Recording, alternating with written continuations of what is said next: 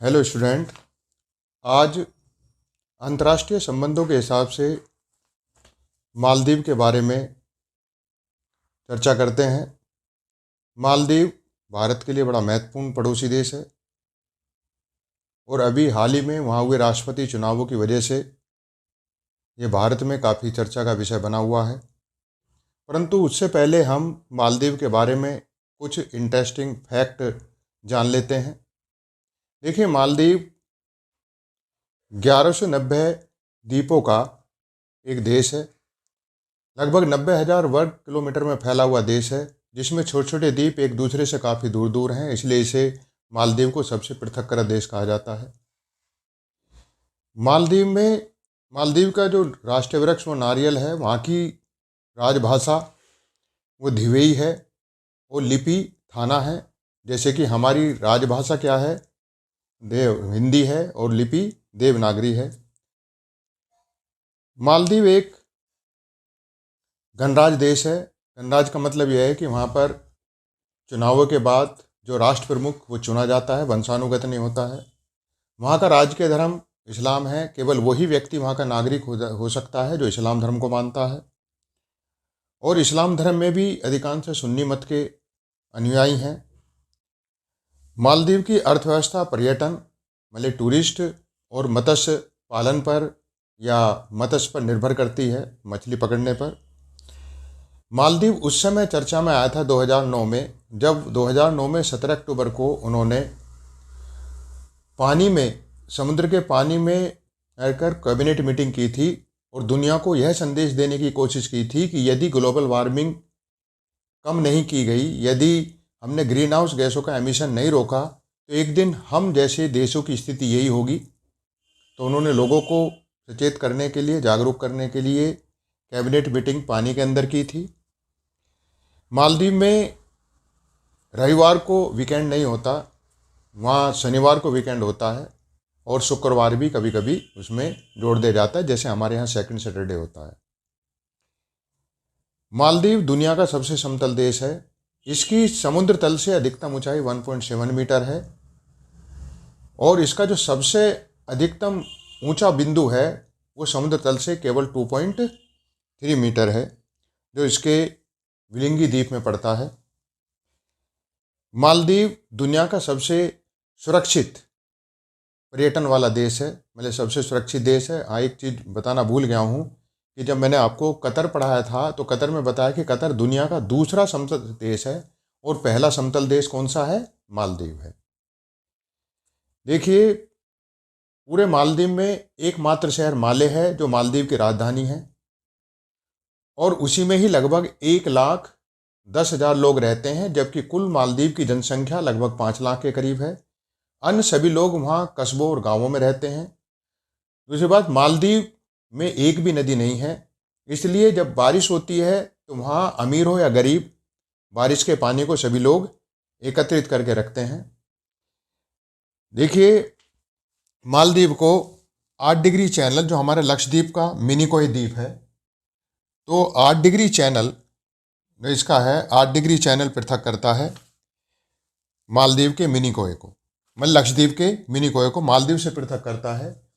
एक और बात है कि मैंने अभी बताया कि मालदीव में 1190 द्वीप हैं। 1190 द्वीप में केवल 200 द्वीपों पर ही बसावट है और 200 द्वीपों में भी अधिकांशतः एटोल हैं। मैं आपको एटोल के बारे में बता दूं कि ज़्यादातर जितने भी द्वीप बने हुए हैं वो मूंगे की चट्टान के हैं, मतलब कि एक तरह से कोरल रीफ हैं, कोरल चट्टानें हैं, कोरल से बना हुआ है। कोरल एक सिलेंट्रेटा संघ का जंतु होता है।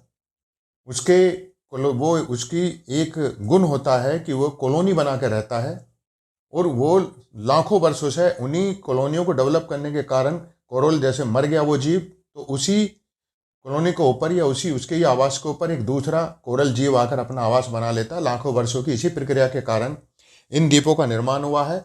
एटोल इसलिए कह देते हैं इनको क्योंकि इन कोरल द्वीपों की संरचना घोड़े की नाल के समान है, मतलब अधिकांशतः गोल, तो घोड़े के नाल को एटोल नाम दे दिया जाता है। तो इसी वजह से इसको क्या बोलते हैं, इनको एटोल कहते हैं। लगभग 200 एटोल हैं, अलग उन पर ही सब पर क्या है, बसावट है, और बाकी के द्वीप खाली हैं। एक और बात है कि इसी मतलब मालदीव के जो इतने भी द्वीप हैं इनमें कई स्थान पर चैनल पड़ते हैं। चैनल का मतलब वो होता है कि जब दो स्थल खंडों के बीच में एक बड़ी समुद्री मार्ग होता है, संकीर्ण समुद्री मार्ग होता है, जिसे हम चैनल कह देते हैं।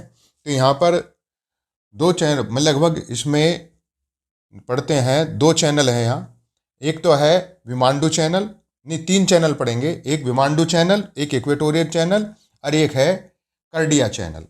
यहाँ पढ़ते हैं। जो इसकी राजधानी है माले, वो साउथ माले एटोल में पड़ती है। मतलब कि दो माले एटोल हैं, एक नॉर्थ माले एटोल और एक क्या है, साउथ माले एटोल है। तो एक चैनल तो नॉर्थ माले एटोल या साउथ माले एटोल के ऊपर की तरफ पड़ता है, नक्शे के हिसाब से बता रहा हूँ मैं, और एक नीचे की तरफ पड़ता है। तो मतलब तीन चैनल यहाँ काम करते हैं। और ये मैंने आपको बता दिया 8 डिग्री चैनल मिनिकॉय को, जो भारत का लक्षद्वीप है, उसका जो द्वीप मिनिकॉय है वो मालदीव के बीच की सीमा निर्धारित करता है। समुद्र में ज़्यादातर सीमा का निर्धारण अक्षांशों के माध्यम से होता है, तो 8 डिग्री चैनल सीमा बनाता है। अब हम ये लेते हैं कि मालदीव चर्चा का विषय क्यों रहा है वर्तमान में। देखिए, जब मालदीव में अभी राष्ट्रपति चुनाव हुए थे, वहाँ जो गठबंधन चुनाव जीत कर आया था वो भारत के विरोध पर ही जीत कर आया था। उसने इंडिया फर्स्ट पॉलिसी का विरोध किया था, क्योंकि इससे पहले जो सरकार थी वो इंडिया फर्स्ट पॉलिसी अपनाती थी कि भारत पहले है अन्य देशों के मुकाबले। मुइजी ने पब्लिकली तो भारत का विरोध नहीं किया है, परंतु कई बार उन्होंने ये कहा है कि ना तो हम किसी देश के समर्थक हैं और ना ही किसी देश के विरोध में हैं, हमारे लिए मालदीव प्रथम है। तो अब जो वहाँ पर राष्ट्रपति चुनकर आए हैं मुइजू, उनका यही वक्तव्य है। अब बात यह आती है कि भारत के लिए मालदीव इतना इम्पोर्टेंट क्यों है। भारत के लिए मालदीव इसलिए इम्पोर्टेंट है क्योंकि अरब सागर में, ये पूरा अरब सागर है, अरब सागर इंडियन ओशियन का ही भाग है। अरब सागर के अंदर ये एक ऐसी पोजीशन में है, एक ऐसी स्थिति में है जहाँ पर भारत और चीन के लिए ये बड़ा महत्वपूर्ण हो जाता है। और ये भारत और चीन दोनों के लिए ही महत्वपूर्ण बना हुआ है। दोनों के अपने अपने इंटरेस्ट हैं, दोनों चाहते हैं, परंतु भारत और चीन के हित परस्पर एक दूसरे से टकराते हैं। इसलिए भारत कभी नहीं चाहेगा कि चीन हमारे निकटवर्ती आकर मालदीव में आके अपना सैन्य अड्डा बनाए या किसी तरह से अपनी नीति यहाँ लागू करे, क्योंकि उससे हमारी सुरक्षा खतरे में पड़ जाती है। क्योंकि भारत यहीं पे है, तिरुवनंतपुरम है, कन्याकुमारी है। दूसरी बात यह है कि पाक जलडुमरू मध्य जो भारत के लिए बहुत उपयोगी है। तो वो सब मालदीव में अगर चीन आ गया तो हमारी सिक्योरिटी पर बड़ा प्रतिकूल प्रभाव पड़ेगा। इसलिए भारत की सदा कोशिश ये रही है कि मालदीव सदा मेरे प्रभाव में रहे। और दूसरी बात यह है कि मालदीव नेचुरली इंडिया के इफेक्ट में ही होना चाहिए, क्योंकि कल्चरल रूप से भी और पॉलिटिकल रूप से भी और कहूँगा मैं इकोनॉमिकली रूप से भी वो भारत के कहीं चीन की अपेक्षा कहीं भारत के ज़्यादा नियरेस्ट पड़ता है। इसलिए भारत ने पिछली बार 2 हेलीकॉप्टर दिए थे और अपने 75 सैनिक मालदीव के अंदर रखे हैं। भारत का वहाँ पे अपना कोई सैन्य अड्डा नहीं है और ना ही वो मालदीव की संप्रभुता के कहीं खिलाफ बैठता है। परंतु जो अब राष्ट्रपति मुइजी चुनकर आए हैं, उनका कहना यह है कि भारतीय सैनिक जो मालदीव के अंदर हैं वो मेरी मालदीव की संप्रभुता के खिलाफ हैं, इसलिए भारत को उन्हें वापस बुला लेना चाहिए। और वहाँ पर मुइजी जब चुनाव जीत कर आए हैं तो उनका मुख्य जो नारा वहाँ पे रहा था कि भारतीय सैनिकों की वापसी होगी। तो इसलिए अभी यूएई में जाके पीएम मोदी और मुइजी के बीच में एक मीटिंग हुई थी। उसमें मुइजी ने जो है कहा है कि मैंने निजी तौर पर पीएम मोदी से रिक्वेस्ट की है कि वो भारतीय सैनिकों को वापस बुला लें, और उन्होंने इस पर सहमति जताई है। हालांकि इंडियन गवर्नमेंट की अभी कोई प्रतिक्रिया इस पर नहीं आई है, परंतु भारत, मैं मानता हूं कि भारत अपने संबंध बिल्कुल ख़राब नहीं करेगा मालदीव के साथ, क्योंकि भारत के लिए मालदीव बहुत महत्वपूर्ण है। और जो क्वाड देश हैं जिनमें भारत भी एक मेंबर है, भारत, जापान, ऑस्ट्रेलिया, यूएसए, इन 4 देशों के लिए भी मालदीव बहुत महत्वपूर्ण है। इसलिए मालदीव से हम संबंध खराब नहीं कर सकते। एक और बात है कि भारत ने वहाँ अपना काफ़ी इंफ्रास्ट्रक्चर, हर तरह का विकास मतलब इंफ्रास्ट्रक्चर तैयार किया है। हमारे रक्षा मंत्री राजनाथ सिंह ने पिछले वर्ष ही मतलब कि 2022 में वहाँ पर जो है 10 रडारों का एक स्टेशन तैयार किया है। हालांकि इन 10 रडारों के स्टेशन का जो मालदीव कोस्टल गार्ड ही नियंत्रण रखता है, देखभाल करता है, परंतु वो इंडियन नेवल गार्ड के साथ में सदा संपर्क में रहता है। और इसके अतिरिक्त भी भारत ने जो है एक मतलब कि वहाँ पर क्या है, राजनाथ सिंह ने जाके जो है हमारे रक्षा मंत्री हैं, उन्होंने वहाँ पर एक इंफ्रास्ट्रक्चर, वहाँ का एक द्वीप है उथरूथिला, वहाँ पर एक सैन्य इंफ्रास्ट्रक्चर का भी उद्घाटन किया है।